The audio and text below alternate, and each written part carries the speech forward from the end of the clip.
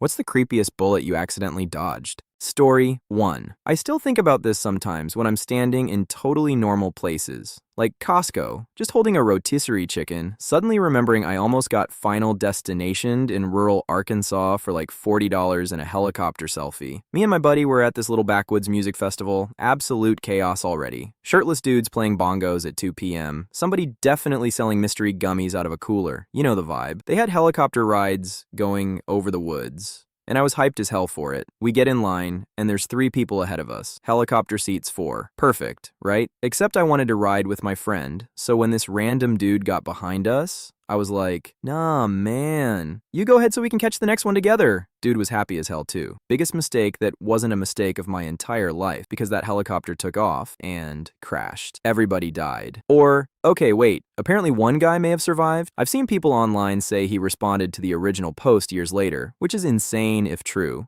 Honestly, I hope it is. But man, at the time, we just stood there hearing sirens start up in the distance, and the whole festival energy changed instantly. Like everybody got sober at once. And I remember my dumbass brain trying to process it going, wait, I was literally supposed to be on that helicopter. Now, every time somebody says, live a little, my body immediately goes, absolutely the hell not. Story 2. One of the creepiest moments of my life wasn't even technically my bullet, it was my friend's, and honestly, I still get weird thinking about it at night sometimes. I was driving her home after we'd been out dancing, just normal drunk food, tired feet, late night nonsense. As we pull into her apartment complex, she suddenly goes, I think that's my ex's car. And immediately the vibe shifted. You know when your stomach drops for literally no reason, yet your brain's still trying to play it cool? Yeah, that. She tells me it's probably nothing and starts heading upstairs. I offered to walk her up. She said no. I insisted anyway because something felt off. Couldn't explain it. Just one of those primal, nah, absolutely not feelings. We get inside the apartment and everything looks normal at first. Too normal, honestly. I'm walking around, turning lights on like a paranoid dad in a horror movie. Kitchen clear, bathroom clear, closet clear. Meanwhile, I'm already mentally roasting myself like, congrats, dude, you invented a fake emergency. Then right as I'm about to leave, I randomly decide to check the balcony. And there he is. Crouched in the corner, silent, barely visible in the dark, like some actual nightmare fuel. On a 3rd-story balcony, by the way. This dude had apparently climbed up there somehow like a raccoon, possessed by unresolved feelings. I don't even remember what I yelled. My brain basically blue-screened. To this day, I still think about what would have happened if I just dropped her off and left. That trust your gut advice sounds corny until your gut saves somebody from becoming a true crime podcast episode. Story 3. I almost got drugged at a college party once, and the genuinely terrifying part is how normal the night felt right before it happened. Like I wasn't in some sketchy alley or doing anything wild. Just a loud, overcrowded house party with sticky floors, terrible music, and dudes yelling over each other for no reason. Standard college nonsense. I had a drink sitting next to me while talking to friends, and this random girl walks up looking super serious and goes, "Hey, don't drink that." Immediately, my brain goes, great. Here comes drunk drama. Then she points across the room and says she watched some guy slip something into it. And dude, when we both looked over at him, he saw us looking. That's the part that still messes with me. He instantly turned around and speed walked outside like a roach when the kitchen light comes on. Gone. Just vanished into this crowd of hundreds of people. Whole thing took maybe 10 seconds, and afterward, everybody kept asking, "Did you call the cops?" Bro, I was underage drinking at some giant off-campus party 8 years ago. I barely even saw the guy's face. By the time my brain caught up, he was already gone, and the party was still going, like nothing happened, which honestly made it feel even creepier somehow. Like the world just kept moving, while I stood there realizing I almost became a missing person documentary, because some girl I never saw again decided to speak up.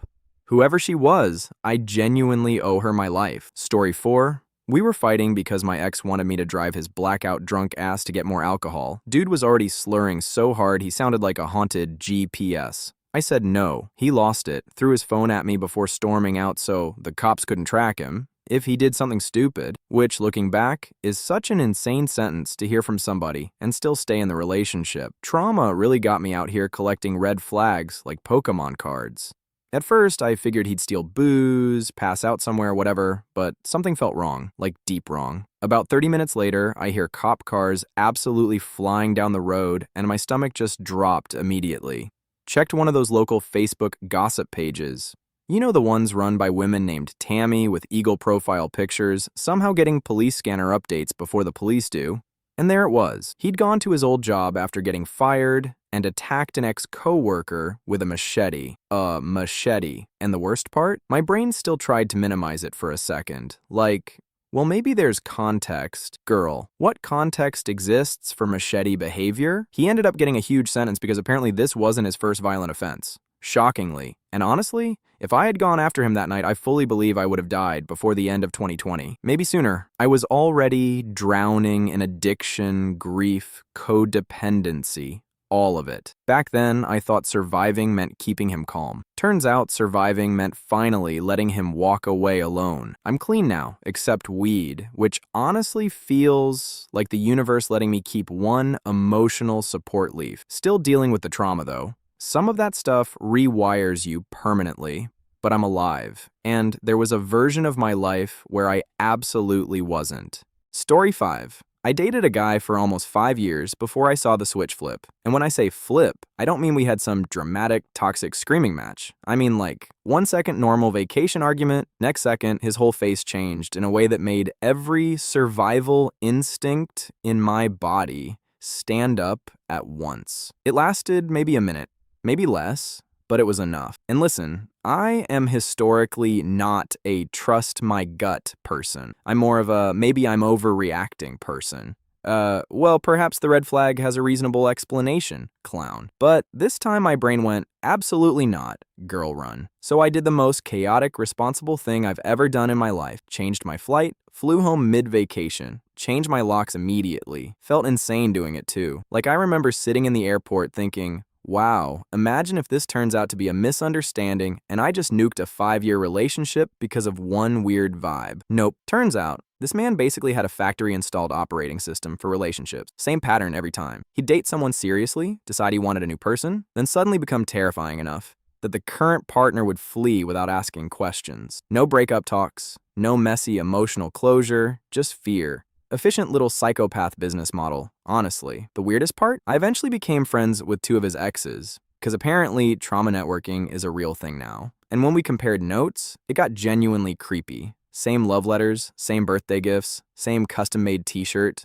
Like, sir, are you running relationships off a template? At one point, we literally laid the shirts next to each other, crying, laughing, because what else are you supposed to do? It felt like discovering you all accidentally dated the same NPC with reused dialogue options. And yeah, before people ask, I keep details vague because we still live in the same city, and the gay community here basically functions like a small-town Facebook group with better outfits. I'd like to continue existing peacefully, and not trigger this man's seasonal relapse into nonsense. Still blows my mind how many people related to this story, though. Apparently, there are way more human skinwalkers running around with copy-paste personalities than I realized. Story 6. I used to work in a chemistry lab during grad school, and let me tell you right now, academia is held together by caffeine, untreated anxiety, and people saying that should probably be fine around substances that can level a building.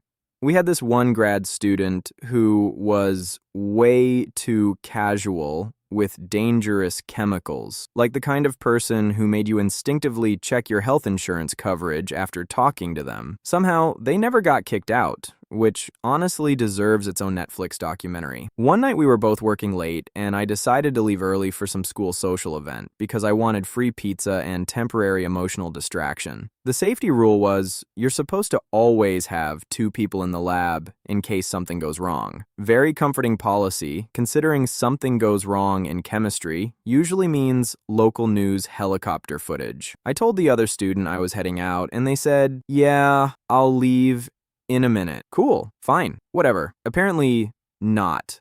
Whatever. About 2 hours later, one of the senior chemists came in for the overnight shift and discovered this absolute genius had left like 3 kilos of unstable chemicals drying over an open flame, unattended, because apparently we were speedrunning OSHA violations that evening. And somewhere during the process, the chemicals had turned into a contact explosive, meaning if me or the other grad student had come back and tried to move it normally, we probably would have vaporized ourselves and half the lab. The way they explained it afterward was so casual too, like, oh yes, another hour or one wrong touch and there likely would have been a catastrophic detonation. Sir? Why are you saying that like you're discussing weather conditions? Meanwhile, I'm sitting there realizing the only reason I survived was because I chose mozzarella sticks and awkward small talk over finishing my experiment, literally dodged death by attending a mediocre campus mixer. Story 7. This happened years ago, but I still do that weird thing where I randomly replay it while doing something completely normal, like buying toothpaste or waiting for my microwave to finish. Your brain really loves sneaking trauma reruns into boring moments. I was going skating at the ice rink in Colonnade Mall.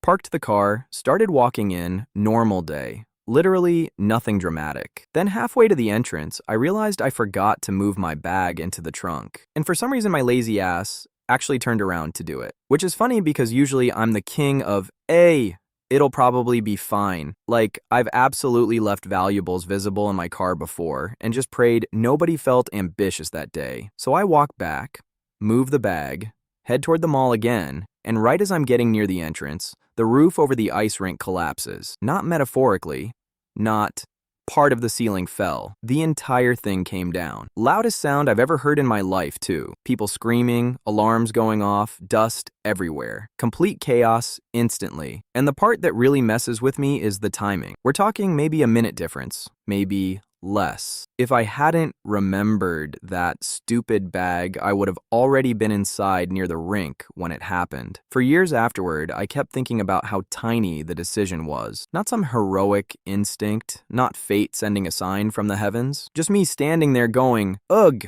better put my bag in the trunk. That's the terrifying thing about near misses, honestly. Your entire life can pivot because of the dumbest little inconvenience imaginable. Story 8. I used to work at a hospital where employees parked in this giant lot like half a mile away and took a shuttle back and forth every day. Total normal routine. Same people, same stop, same miserable don't talk to me before coffee energy every morning. One spring day though, it was ridiculously nice outside. Like one of those fake movie weather days where everybody suddenly remembers happiness exists. And I just bought a pedometer because apparently I was entering my wellness journey era for about 6 business days. So I decided to walk instead of waiting for the shuttle. Felt very proud of myself too. Probably looking at my step count like I was training for the Olympics when in reality I was just avoiding hospital parking depression. Anyway, I walked in, did my shift, normal day. Nothing weird. Then I got home and my mother-in-law called me, sounding panicked, asking if I was okay. I had no idea what she was talking about. Turns out, maybe 20 minutes after I normally would have been standing at that shuttle stop, a severely mentally ill man went there and opened fire. Killed 1 employee, wounded 2 others, then killed himself. And the thing that still gets me is how random my decision was. I didn't have a bad feeling, no intuition, no dramatic movie moment. I literally just wanted extra steps because the weather was nice and my little plastic pedometer made me feel athletic. That's it. That's the reason I wasn't there. Afterward, I became weirdly aware of how fragile routines are. Like, we all think our schedules are solid and predictable, but sometimes your entire life changes because you randomly decide, hey, I'll walk today. Also, I never looked at that pedometer the same way again. Tiny little thing basically turned into the world's most traumatic Fitbit ad.